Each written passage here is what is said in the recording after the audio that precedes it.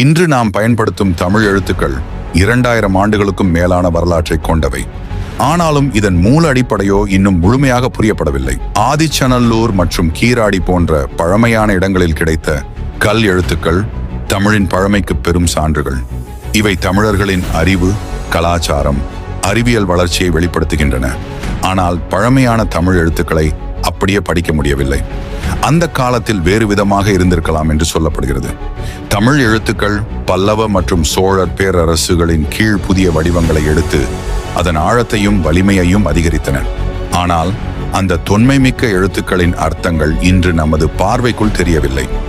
இந்த மர்மம் இன்னும் முழுமையாக தீர்க்கப்படாதது. அடுத்த தலைமுறை இதனை ஆராய்ந்து தமிழின் மிக பழமையான மொழி மரபுகளை வெளிச்சத்திற்கு கொண்டு வருவது முக்கியம். இந்த வீடியோ பிடித்திருந்தால் லைக் செய்யவும், உங்கள் நண்பர்களுடன் ஷேர் செய்யவும், மேலும் எங்கள் சேனலுக்கு சப்ஸ்கிரைப் செய்யவும்.